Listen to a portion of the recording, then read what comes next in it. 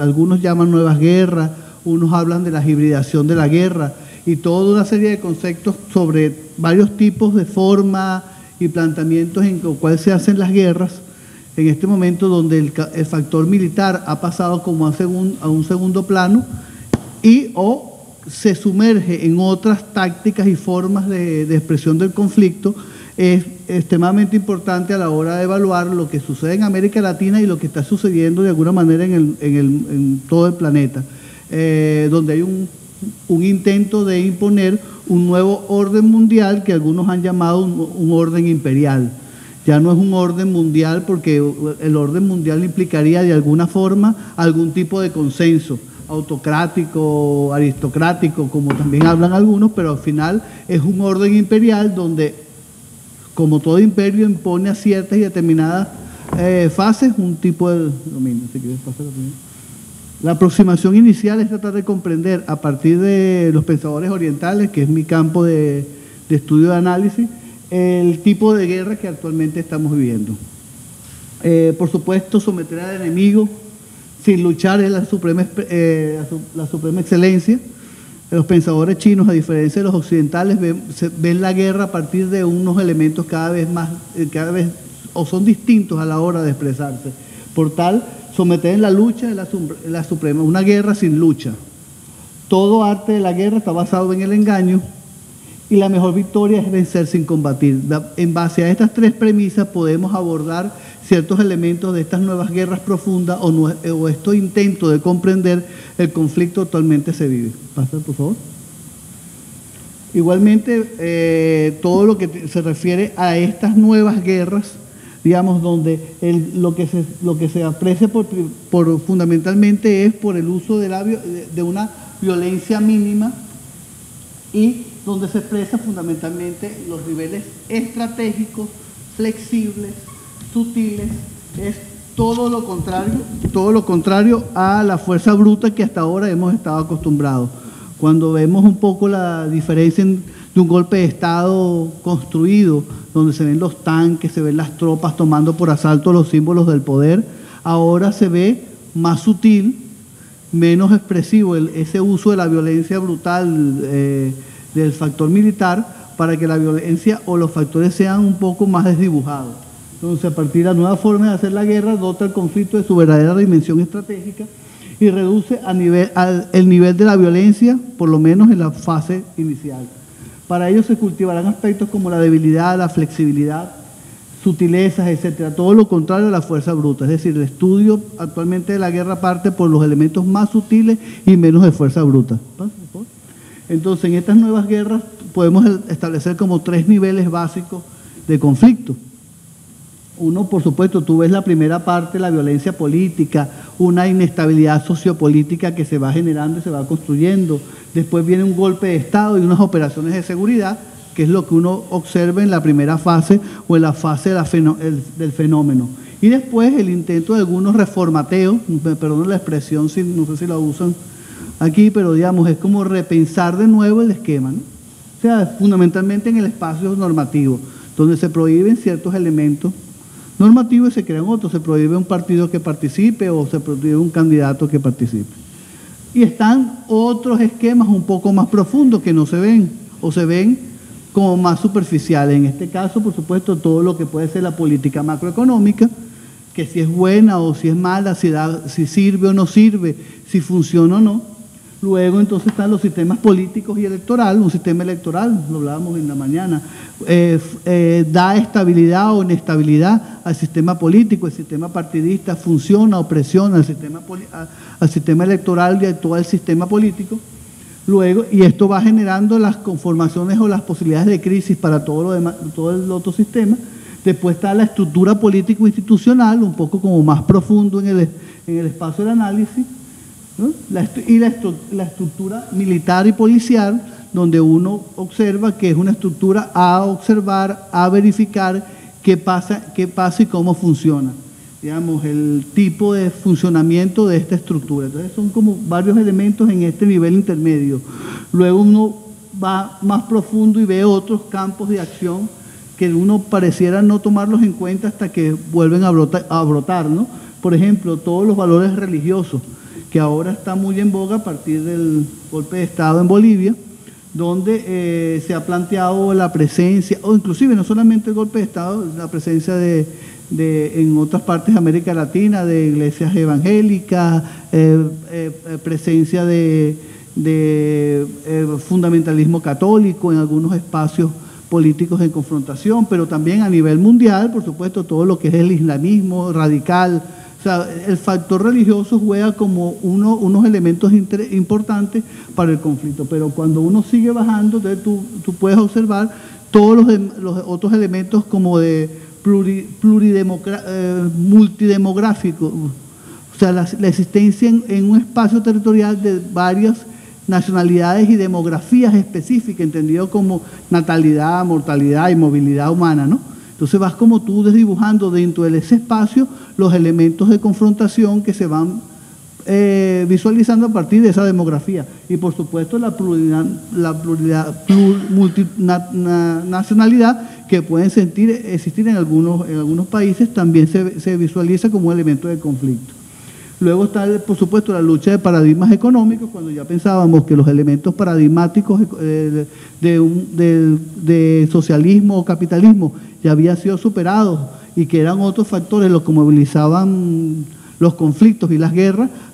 Trump se para en las Naciones Unidas y habla sobre el socialismo como una bestialidad en el caso venezolano. O sea, coloca la intervención posible sobre Venezuela a partir del factor socialismo-capitalismo, cuando podría perfectamente existir un factor de todo tipo, pero ese factor lo coloca como, inclusive prácticamente ningún presidente de Estados Unidos durante la Guerra Fría hizo un planteamiento de esa naturaleza en la ONU como dos sistemas en confrontación de esa manera. Por primera vez lo pone, entonces hay como un elemento de profundidad, y el más profundo, a mi entender, serían los arquetipos civilizatorios. Digamos, volvemos a expresar los elementos arquetípicos mentales civilizatorios que actualmente existen en la humanidad y que brotan como elementos de conflictividad y de imposición de un arquetipo sobre otro. Es decir, el uso de la violencia, la imposición de la fuerza de uno sobre el otro. Entonces vemos los elementos fenomenológicos, cómo se ve el conflicto, pero cuando empiezas a profundizar, ves que hay otros elementos que pensábamos que estaban superados o que solamente se quedan en el cambio de gobierno o el cambio de hombres por otros. ¿Qué le pasa? Eso es lo que llamo las guerras profundas. Pero en el caso particular de todo lo que implica para el caso de América Latina, la conflictividad permanente que puede existir en el perímetro de seguridad, en el caso de Venezuela fundamentalmente, planteado por los geopolíticos norteamericanos, históricamente el Caribe, la zona del Caribe es la zona que ellos han llamado el Mediterráneo americano.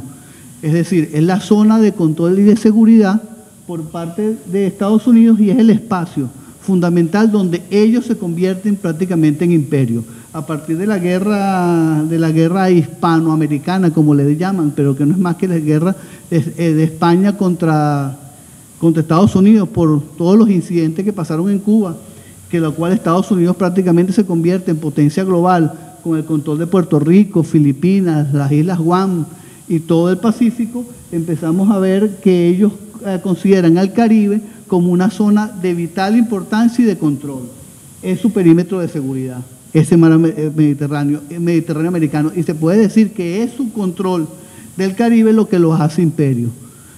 Si ellos consideran que el Caribe deja de ser o se cuestiona a partir de su interpretación geopolítica del Caribe, ellos dejarían de ser imperio.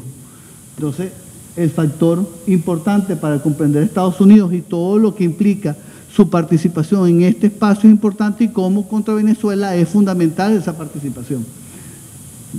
Pásalo, por favor. Entonces, por supuesto, también tiene que ver con la consideración de Estados Unidos como país con visión excepcionalista. Es decir, ellos, por supuesto, desde su papel hegemónico global, consideran que son faro del mundo, que están puestos por Dios para controlar, imponer al mundo esos arquetipos civilizatorios en las guerras profundas que estábamos inicialmente aproximándonos. Ellos, en su excepcionalismo, denunciado, inclusive que uno también pensaba que ese pensamiento ya había de alguna manera pasado, disminuido, en hace aproximadamente 5 años, en una famosa carta, primero en la exposición que hace Obama en West Point y posteriormente una carta que escribe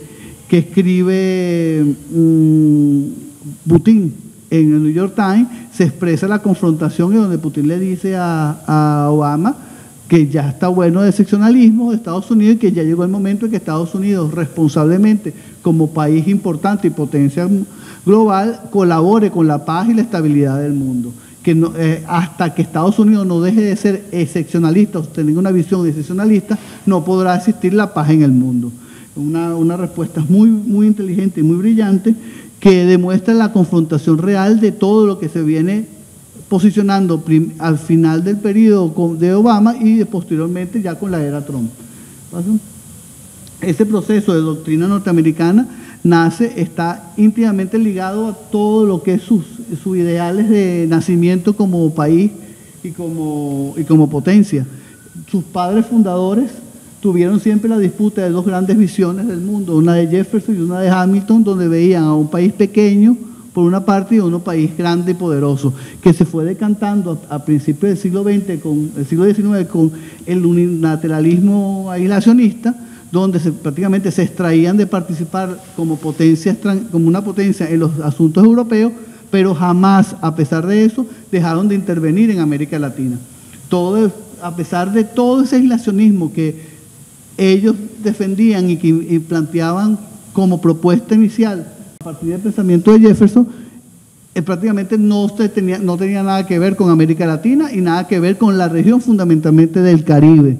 El control del Caribe, las invasiones a Nicaragua, hasta México, las intervenciones en Venezuela, en buena parte del Caribe con intervenciones armadas e invasiones.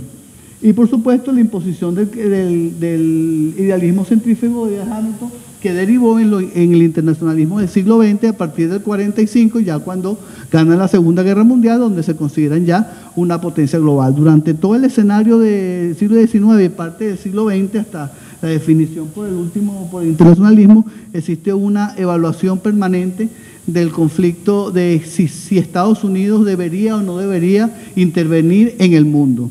La discusión, por ejemplo, que se planteó en el Congreso de Estados Unidos sobre la anexión de Filipinas o la intervención o no en Hawái, todos esos elementos dieron como en confrontación de estas dos grandes ideas que inicialmente se decantaban por el unilateralismo aislacionista, pero al final terminó imponiéndose ya a mediados del siglo XX con el internacionalismo. Al expresarse inclusive el hecho de Trump, se perfilaba como otra cosa, se perfilaba inclusive como una persona que rescataba cierto nivel de aislacionismo y todavía, cuando uno empieza a desgranar un poco su pensamiento, una especie de aislacionismo de los factores de poder, cuando muchos de sus geopolíticos y el pensamiento geopolítico que él asumió decía que no deberíamos, parafraseándolo, intervenir en Siria o Irán, o para qué servía estar ahí, que Libia tenía que pagar si teníamos que intervenir en Libia, sino para qué estábamos presentes.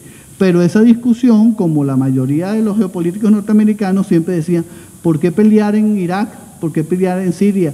Si en Venezuela hay un país pro-iraní, por ejemplo, o en Venezuela hay un factor que cuestiona nuestro sistema de libertades. ¿Para qué tener tropas en esos países si necesitamos es controlar nuestro Caribe, nuestra zona de seguridad próxima, que es la que la define como imperio? ¿Perdón? Entonces, esto es nacionalismo parte para mí de tres grandes condiciones, ¿no?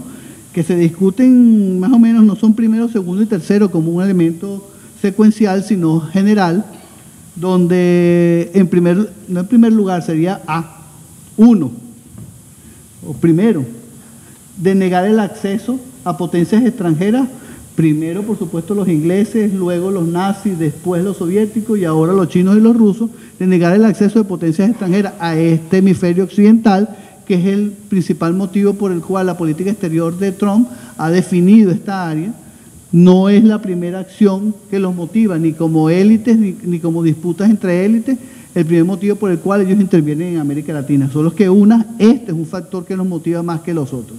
Para otros, por supuesto, los más economicistas piensan es el control de los recursos y, por supuesto, de los mercados.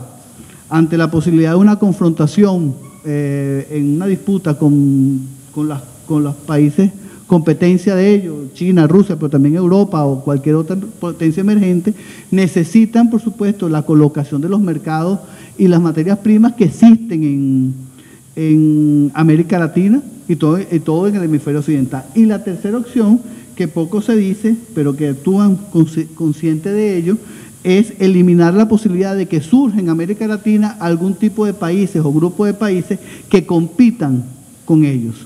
El factor de competencia que nosotros, digamos, en el caso fundamentalmente de Venezuela, cuando analizamos el detalle de las intervenciones posibles y la evaluación de la intervención, este factor a veces poco lo tomamos en cuenta. Y yo creo que es de principal importancia en muchas de las respuestas que Estados Unidos hace contra Venezuela, a partir, por ejemplo, del desmontaje de todo lo que es UNASUR, todo lo que es la CELAC, la reconstrucción de todo lo que sería la OEA o el intento, la revitalización del TIAR. Es una expresión de control de todo el área, de todo el hemisferio, pero fundamentalmente de impedir que cualquier país de América Latina o grupo de países, como planteaba siempre el comandante Chávez, muchas veces, digamos, que solo no podíamos, integrados podemos tener el equilibrio del universo en el escenario internacional.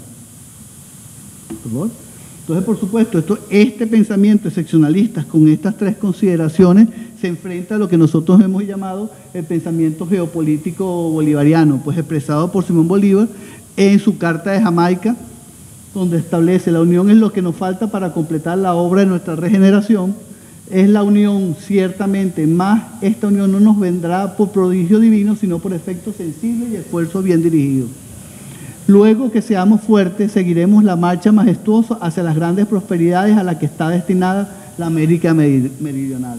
Este enfrentamiento, esta percepción ideológica, doctrinal, que concibe, que está inmersa en el pensamiento bolivariano y que nos permite enfrentar buena parte de esta carga imperial contra Venezuela, es lo que mueve buena parte también a la disputa contra Venezuela y contra buena parte de los países que hemos decidido tener una acción de liberación en América Latina. La capacidad de poder estar integrados, unidos y enfrentar, no enfrentar porque quisiéramos enfrentar per se una competencia con Estados Unidos o con cualquier país del mundo, sino que pasa fundamentalmente la liberación por el enfrentamiento con aquellos que nos quieren dominar. O sea, tú puedes negociar con tu esclavista, ¿no? Pero generalmente no lo haces negociado tu liberación. La tienes que enfrentar, pues, individualmente o como generación o como colectivo. Entonces, por desgracia, ojalá que pudiéramos llegar a acuerdos en un efecto de permanente de desarrollo y de permitir acciones, pero eso implica necesariamente la acción de liberación en un enfrentamiento con las posesiones norteamericanas, y especialmente en nuestro continente, muy especialmente en el área del Caribe, vuelvo y lo finco muy específicamente. En ese sentido, buena parte de las amenazas que ha tenido Venezuela están circunscritas a varios ítems o elementos coyunturales que para mí son los que han definido buena parte de esta confrontación a partir de una estrategia que la Revolución Bolivariana siempre ha planteado como su norte en sus planes de desarrollo, los planes quinquenales que hemos planteado, que serían las amenazas de los golpes de Estado y paro petrolero del 2002 y 2003 impuestos por Bush. Ante el fracaso de esa iniciativa un poco más clásica en la acción contra Venezuela, se dieron algunos elementos como de repliegue táctico, no sin que existieran manifestaciones y acciones contra nosotros durante todo ese periodo, pero existió como una especie de repliegue táctico de estudio y análisis de lo que pasaba en Venezuela. Para Estados Unidos fue realmente algo significativo que el país históricamente más pro-yanqui de América Latina, con una clase media formada y educada en los campos petroleros o con la visión del campo petrolero, surgiera de ahí una visión de confrontación y unas fuerzas armadas muy vinculadas al pensamiento norteamericano, pues. mucho más inclusive que buena parte de otras sociedades latinoamericanas. Eso les produjo cierto nivel de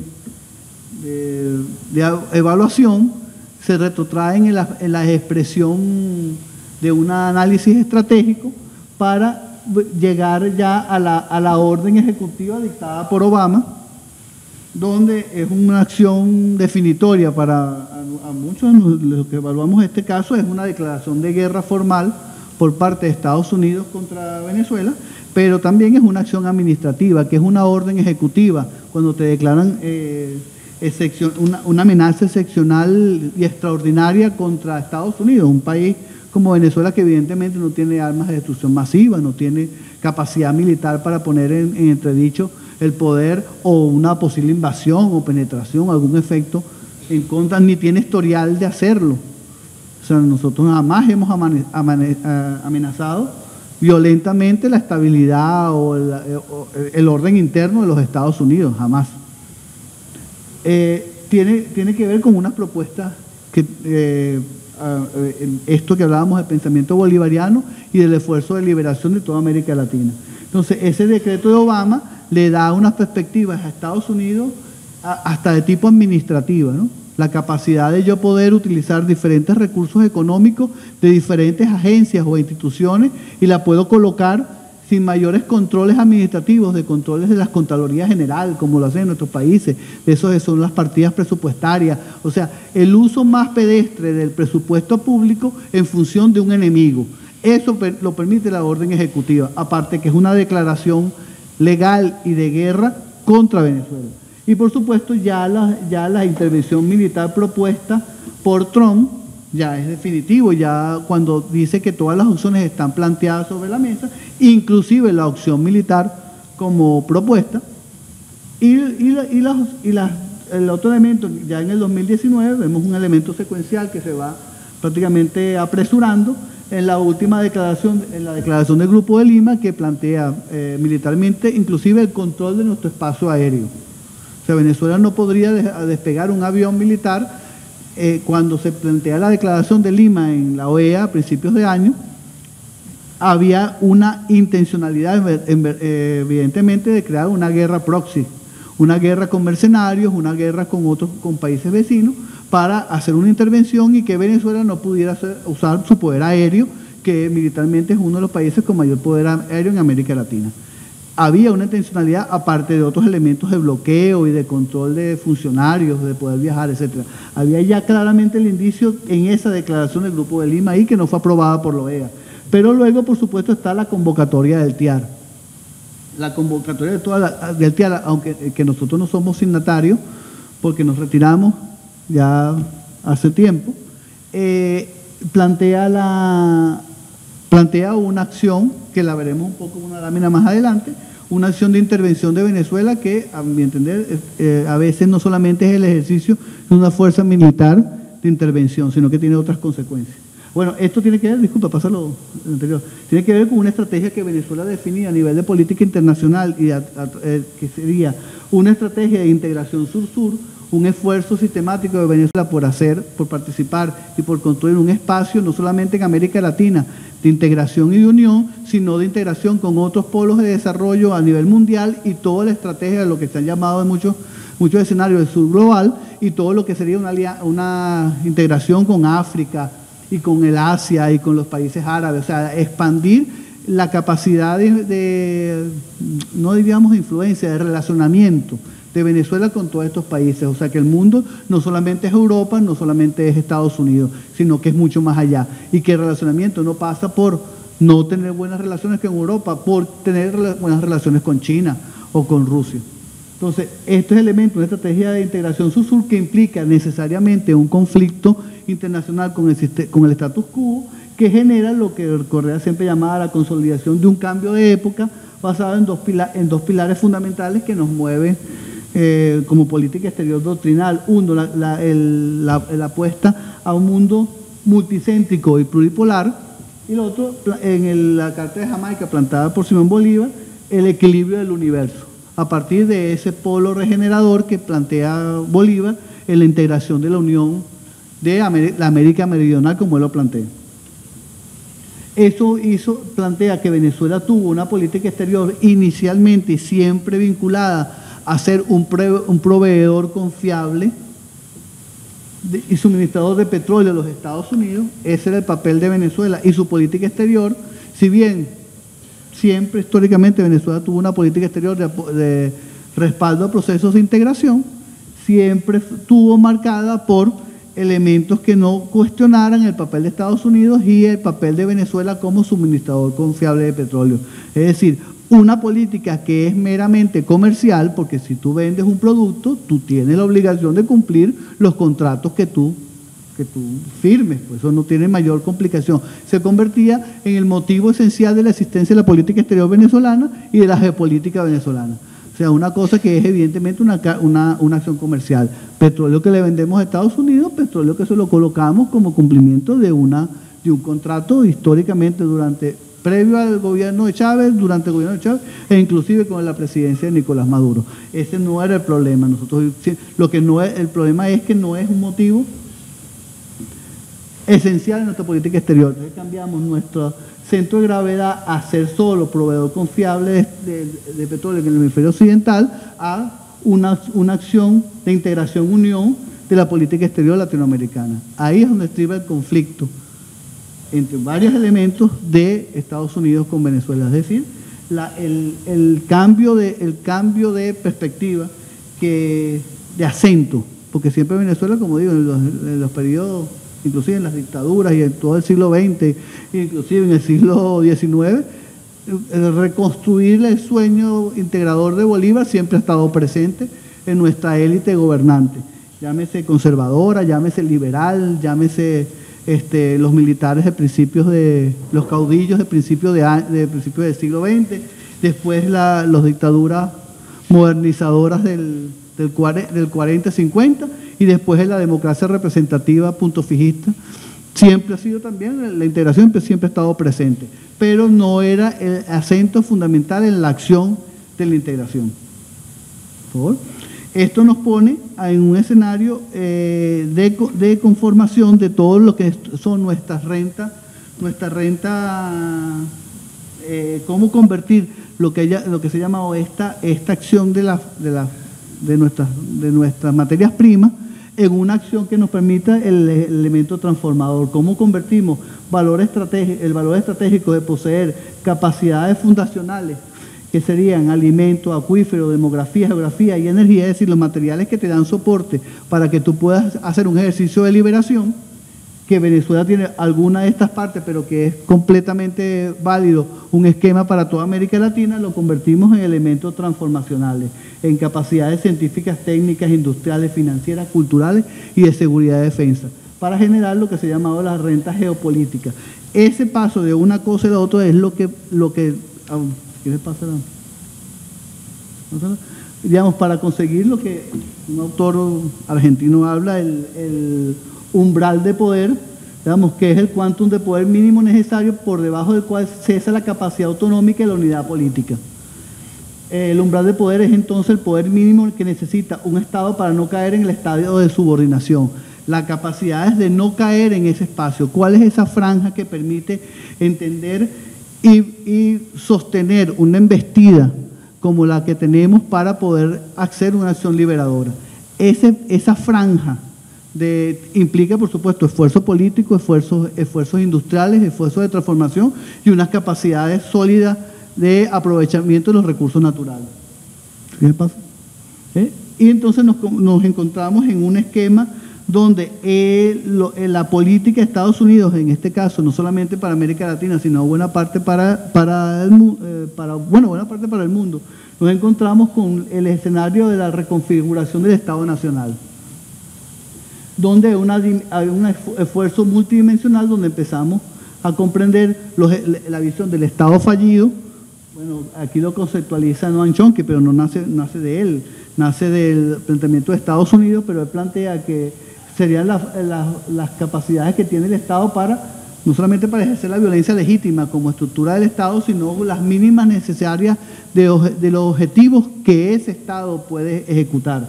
Y después nos encontramos con otra categoría que es muy interesante, que es la de los estados débiles. donde hay una clasificación que plantea unos elementos, mi vista no es tan buena, falta de control del Estado con las regiones periféricas, por ejemplo. Todo el esfuerzo de que el poder central solo ejerce la capacidad de ejercer la soberanía en un espacio de territorio muy mínimo, y las periferias territoriales, inclusive las zonas fronterizas u otras zonas, no están en capacidad de eso. Y eso está mezclado por un incremento de las capacidades de los grupos violentos delincuenciales, elementos de corrupción, todo este esfuerzo.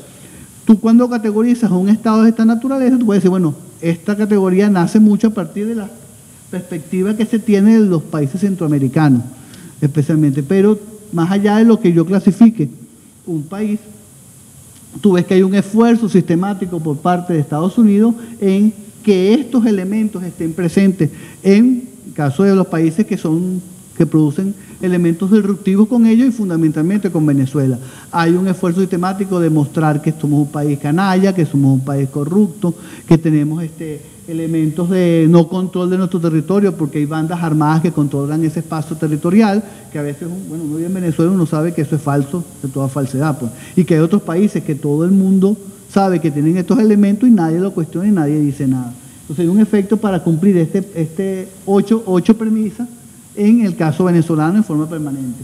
Y ciertamente hay un esfuerzo para la reconfiguración del Estado Nacional, no solamente en el caso venezolano, creo que es consecutivo y permanente para todos los países, donde pasa una zona gris a una soberanía limitada, un poco utilizando lo que sería la doctrina Brezhnev, no sé si la recuerdo, donde planteaba que hay un esfuerzo en esas zonas de influencia del mundo soviético, que debían ser controladas porque no podían permitir ningún cambio de régimen en esa zona.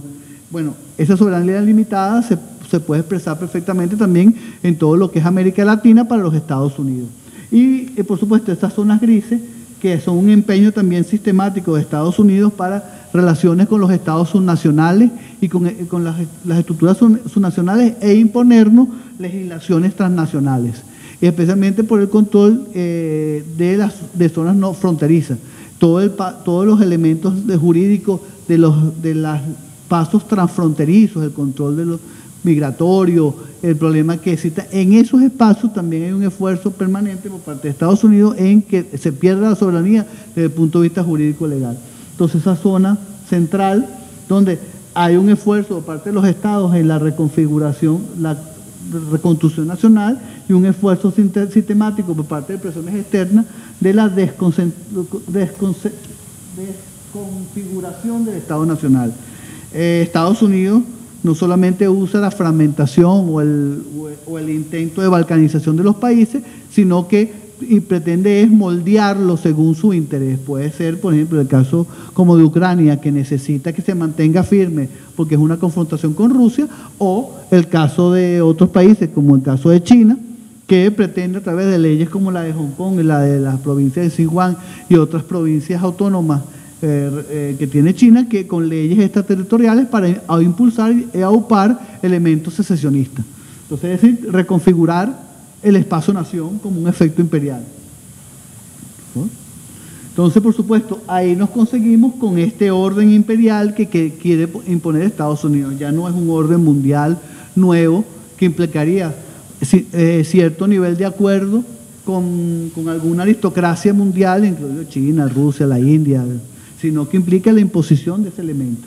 Entonces la guerra, por supuesto, la guerra imperial está en marcha, desarrollándose y expandiéndose con continuidad y consistencia interior. Es decir, para ellos este orden imperial no es más que la aplicación de una especie de orden interno dentro de una república, el orden interno extendido al nivel global.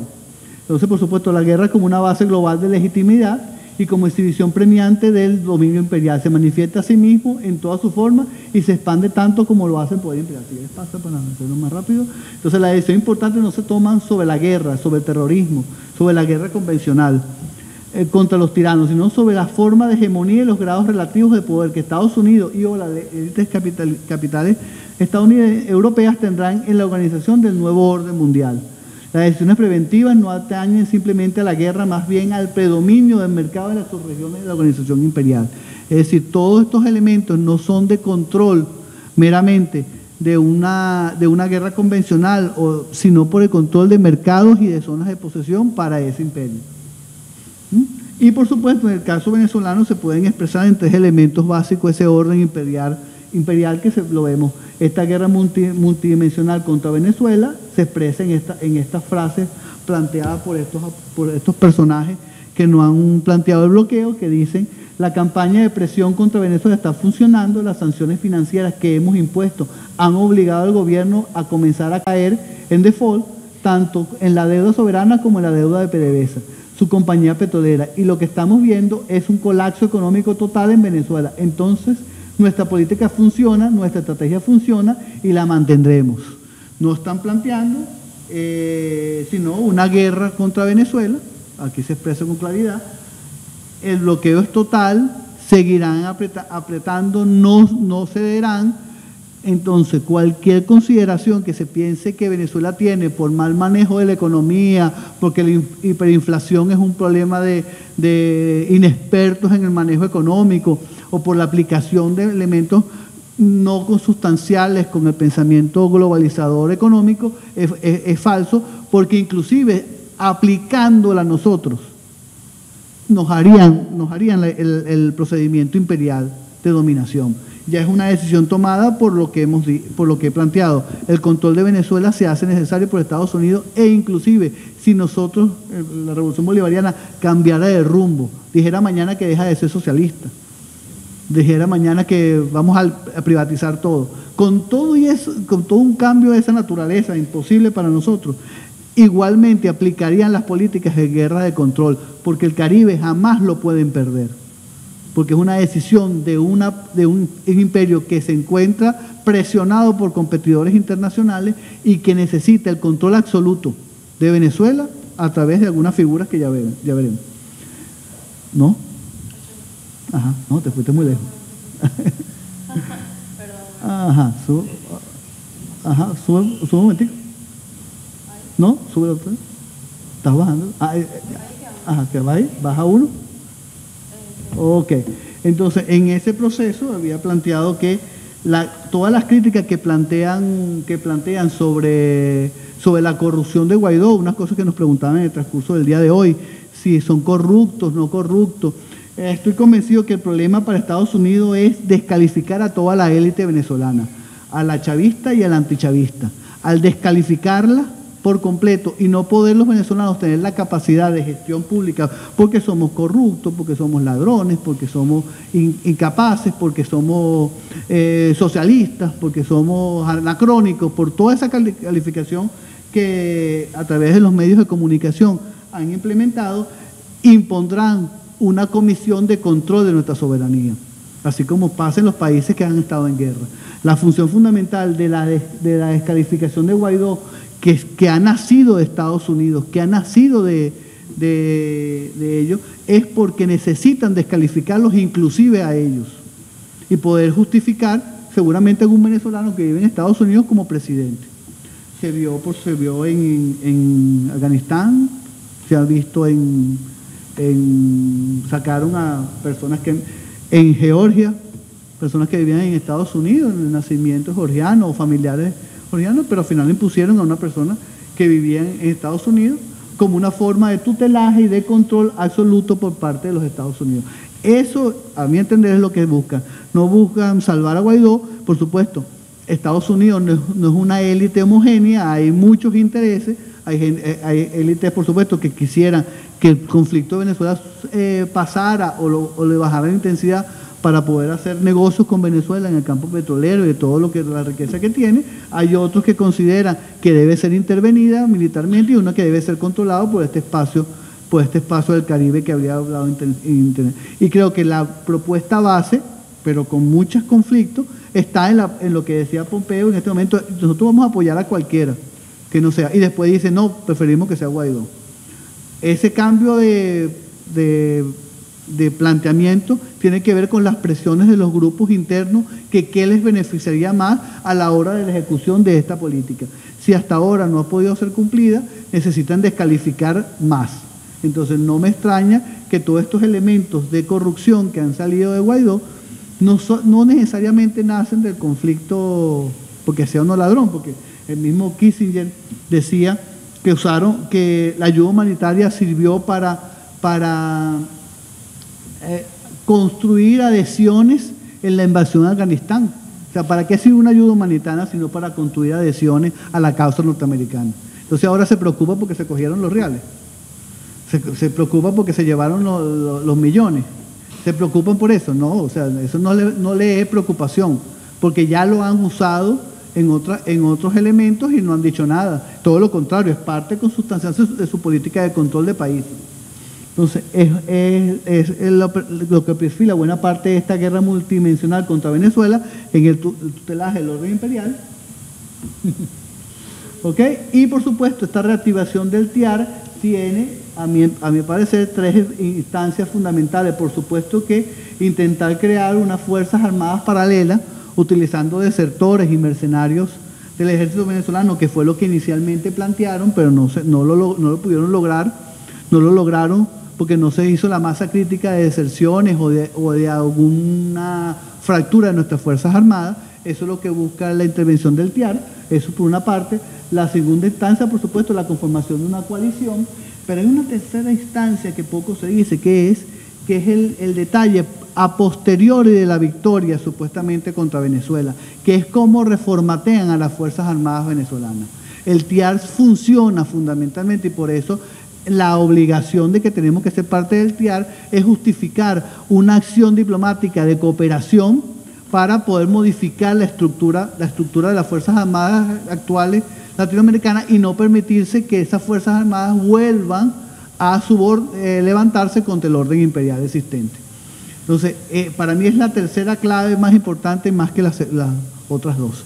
Es posterior en el posconflicto, como le llaman ellos a estos elementos, en el posconflicto, cómo ellos van a usar el TIAR para poder dominar las Fuerzas Armadas. Primero su reformateo, su eliminación o su cambio de estructura para crear una nueva, eliminando por supuesto todo el equipamiento militar que actualmente tiene Venezuela y construyendo lo que buena parte han hecho en muchos países, que es unas Fuerzas Armadas de orden interno solamente.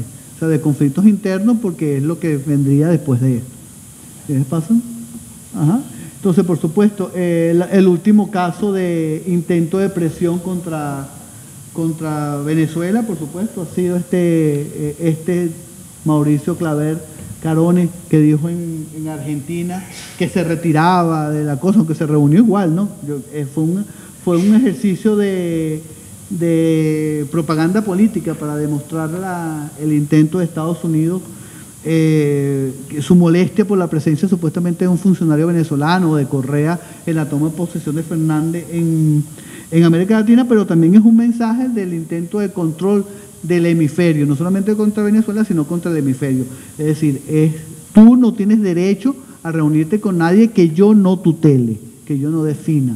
Entonces, la buena parte de la política norteamericana está en el tutelaje absoluto de América Latina, en esa declaración de guerra que hizo Trump a América Latina en forma absoluta.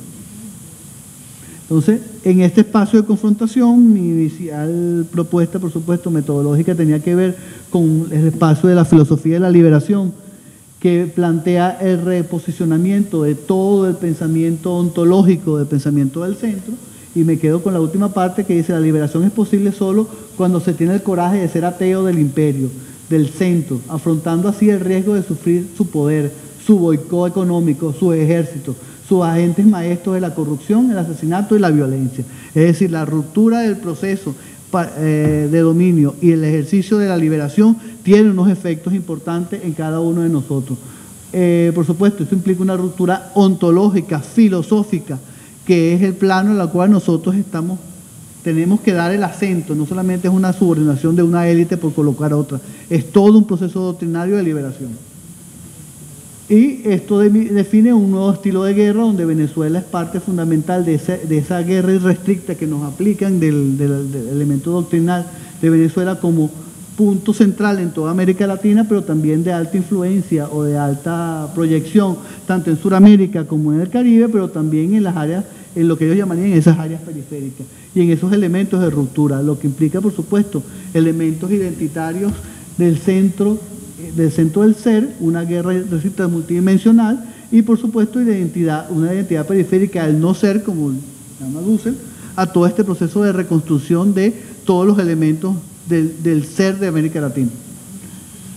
Entonces, por supuesto, ahí uso el modelo de los teóricos de la guerra, Qiao Wang, de chinos, donde plantean que todas las armas y todas las técnicas podrán ser aplicadas a placer, que todas las fronteras que separan los mundos de la guerra y de la no guerra serán totalmente abolidos, igualmente que los principios actuales del combate deberán ser modificados y al mismo tiempo que las leyes de la guerra deberán ser reescritas. Es decir, todo lo que nosotros conocemos como la guerra hasta este momento cambia significativamente a partir de la aplicación de unos nuevos elementos de la nueva visión de guerra que actualmente se tiene y el pensamiento. Y entre ellos, estos militares chinos plantean, por supuesto, lo que mucha gente habla de si las guerras legales, las guerras mediáticas. Entonces establece 3 grandes campos de actuación, por supuesto, el campo militar, el campo supramilitar y el campo no militar. Por supuesto, en la guerra siempre todas las acciones militares no militares estuvieron subordinadas subordinadas al proceso militar. En este momento, lo que plantean ellos es que es posible que el factor militar no se use en este nuevo tipo de guerra. Es decir, que puede ser, como lo vivimos en Venezuela, tenemos una guerra económica inclemente, una guerra mediática inclemente, una guerra legal y de sanciones inclemente, pero el factor militar que debe usarse para producir el cambio de régimen, que podría ser, por ejemplo, un golpe de Estado o los esfuerzos que hicieron para meter la ayuda humanitaria por la frontera, es un factor quizás menor de todo el esfuerzo de guerra que nos hacen contra Venezuela. Es decir, un esfuerzo no militar o de una intensidad militar menor que podría, por supuesto, desencadenar una acción militar muy superior si era el caso, que era el efecto que se buscaba con estos controles de los puentes que pretendía hacer la oposición y meter a juro en febrero de este año a la ayuda humanitaria. Entonces, en este elemento planteo en esas guerras profundas que le decía la lámina inicial, 3 nuevos campos de la guerra, no planteados por Qiao Wang, pero que planteo como las guerras profundas, que tienen que elementos de guerra civilizatoria, guerras de paradigmas económicos y las guerras migratorias. Los 3 conceptos los ha vivido Venezuela en forma inclemente, pero muy, muy sutil. Muy, muy sutil. Si quieres, pasa, por favor. Para hacer, por supuesto, las guerras civilizatorias buscan los elementos de transculturización, los elementos de etnocidio, eliminación de lo que exista, imponer su cultura, tal cual es una guerra colonial, pues. Y por supuesto, para que se genere, ser el caso, la hibridación cultural, pero fundamentalmente la destrucción de la cultura existente. Después que uno ve las consecuencias del golpe de Estado en Bolivia y las posteriores acciones que han hecho contra las personas de origen indígena, aymara, uno no puede más que creer que estos elementos civilizatorios son perfectamente evidentes, que no se trata de un cambio de régimen, que no se trata solo de un cambio de un hombre por otro, que no se trata de ni siquiera por el control del litio. Están esos elementos ahí, pero aparte de esos elementos hay el reformateo completo, absoluto, la eliminación cultural de toda una cultura que en el caso de Bolivia es mayoritaria. Pero en el caso venezolano, todo el pensamiento bolivariano que planteábamos como un freno a cualquier invasión, identidad propia, hay que formatearlo y eliminarlo. Entonces, ¿qué les pasa para no...? Ajá. Por supuesto, las guerras paradigmáticas donde el capitalismo en sus diferentes formas se ha ido decantando por la expresión cada vez más neoliberal, que le enfrenta, por supuesto, a unos paradigmas socialistas o en sus diferentes formas, tal como se planteó. También es parte fundamental de estas guerras paradigmáticas, que son no más que una visión ideológica que se pensaba que había sido superada con el fin de la Guerra Fría, pero que Estados Unidos lo vuelve a desempolvar. Pásalo, por favor. Ajá. Y el elemento de la acción de las guerras migratorias, que lo que buscan es desconfigurar y modificar toda la estructura de un país, es decir, es un procedimiento de modificación demográfico del país. Venezuela ha vivido una campaña sistemática para que los venezolanos nos vayamos de Venezuela. Ha sido una acción sin precedentes. Venezuela no es un país, no fue un país de migrantes. Hay una campaña profunda para que los venezolanos se vayan de Venezuela, Por supuesto, hemos vivido crisis económicas. Venezuela ha tenido, inclusive las crisis económicas más severas que tuvimos en otros años, jamás fuimos un país de migración. Tuvimos crisis con el gobierno de Caldera, fueron crisis muy severas y jamás nos pensamos como país, como población, irnos de Venezuela. Pues. Siempre pensamos que era momentáneo, y en este momento se dio toda una campaña que viene dándose, inclusive desde el principio del gobierno de Chávez. Yo recuerdo un compañero de trabajo que me dijo, a las alturas del 2004, con pleno boom petrolero, 2006 más o menos, me dijo, me voy de Venezuela antes de que tenga que salir por la frontera de Brasil. Decía, pero porque si no, no me voy. Sistemáticamente, en su momento, en su correo electrónico, le llegaba información que le iban a quitar los hijos, que iban a hacer le iban a quitar el trabajo, toda una campaña para que se produjera esa ida. Pues. Se fueron a pasar trabajo porque tenían el buen cargo, sus hijos buenos trabajos, privados, o sea, no eran públicos, digamos, y se fueron a trabajar a situaciones muy, muy complicadas, en este caso, a Canadá, en la frontera norte, en la producción petrolera que tiene Canadá casi en el Ártico. Entonces, por supuesto, hay una acción de presión de salida y una presión de entrada para la modificación migratoria. Se ve, por ejemplo, en algunos países centroamericanos como Estados Unidos ha presionado para el retorno de buena parte de la migración que está en Estados Unidos, presionando países pequeños que te hacen modificar y no te hacen poder soportar un retorno migratorio obligatorio, no tienes capacidad de darle trabajo.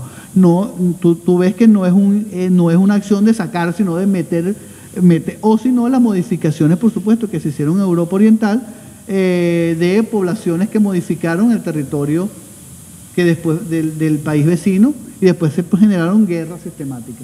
O sea, hay un esfuerzo, en este caso Estados Unidos con Venezuela, de producir un efecto de cambio demográfico, un efecto de despoblamiento importante que permita el cambio fundamental al perder, por ejemplo, una parte importante de profesionales y capacidades profesionales porque se van migrantes. Hemos perdido profesionales que tenían capacidades en los trenes, capacidad ferroviaria, por ejemplo, técnicos en capacidades mineras, o sea, cirujanos de la mano, o sea, cosas de ese tipo que son muy especializados, que son en cualquier país del mundo, y en Venezuela se tenía una plantilla pequeña pero suficiente para un país de las dimensiones de Venezuela y se han perdido buena parte de esas capacidades. En un tiempo inclusive la capacidad de anestesiólogos y esas especialidades médicas que ha sido feroz el ataque con ese sector. Para ir más rápido y ir terminando, ¿qué les pasa?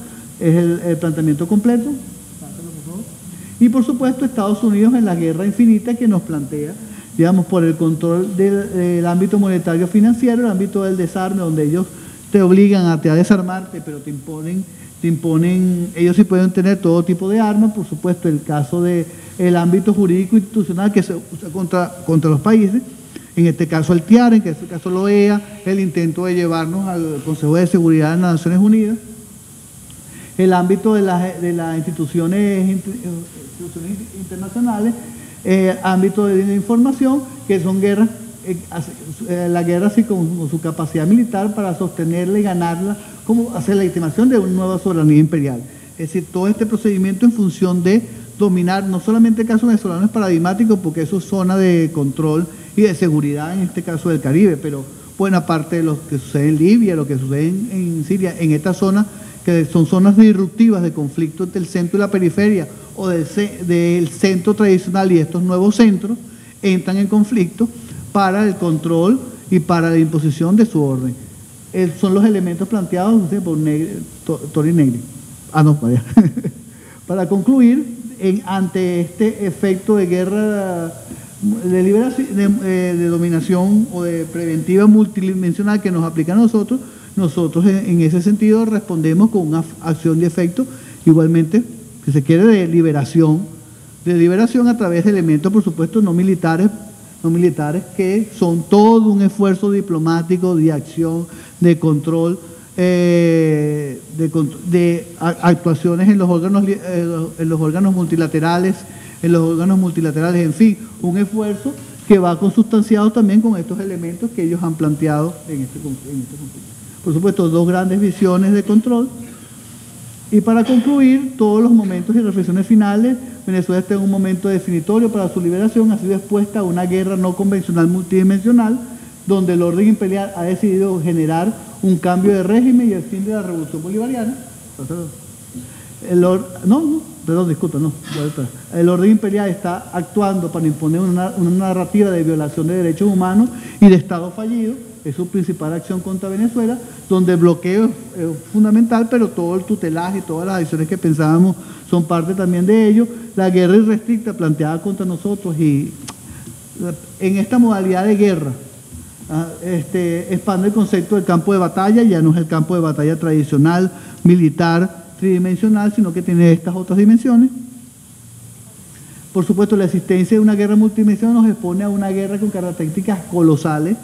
Su objetivo estratégico es de carácter civilizatorio, de modificación demográfica, de confrontación de arquetipos y modelos totalizadores, definitorios de modelos económicos a ser impuestos a toda la humanidad. Por tal es una guerra total, permanente o de muy largo aliento.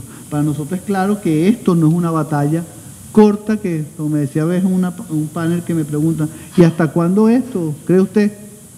Hasta siempre, porque hemos decidido liberarnos. Y Estados Unidos, por supuesto, no va a perder su poder solamente de una noche a la mañana. ¿Qué pasa ya? La última.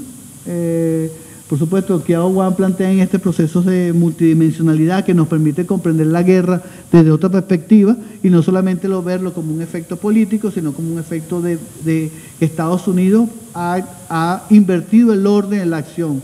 Ya imponen la guerra y la política no más que un instrumento de la guerra y no la guerra un instrumento de la política. Y Estados Unidos ha decidido, ha actuado en función de imponer la guerra como instrumento de acción política. Y por supuesto, los elementos expuestos en la pérdida de poder e influencia de los Estados Unidos, la elevación de China a la categoría de potencia global, el retorno de Rusia como potencia mundial, el ascenso de nuevas potencias emergentes como la India, entre otras, el desafío de países díscolos al status quo como Irán y Venezuela. La crisis sistémica del capitalismo configura un escenario de guerra donde los límites de la confrontación se han desdibujado, expandido y reconfigurado, así como la noción de amigo y enemigo. Todo ese elemento hace que uno vea que un país estable como Bolivia, que no era para un cambio, o no pensábamos, bueno, algunos sí, siempre hemos pensado pero que se pensaba que no podía cambiar, se produjo un cambio de régimen, de la forma en que se produjo y en la profundidad que se está intentando hacer, pues, ya de enfoque civilizatorio.